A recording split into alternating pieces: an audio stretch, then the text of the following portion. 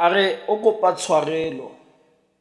Le haebe o mosunne fela kelello yona ya e feteletsa kgafetsa, sentse ke bona a e kenya mmele o hatsela ke bana ba serame ha a e sutela a e penyella ena a hlama a hweletsa.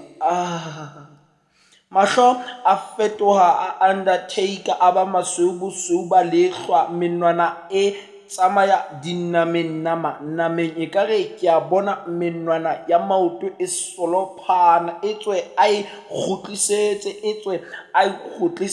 ekare ke a mo bona a e kgahlapetsa. Shebella kwana, hole kwana, ke bue le ekare ke a mutlwa a didietsa lerao ka morao, le utlwa ka mpama le retela ha qhalla tshimong e tlametseng ke yaka.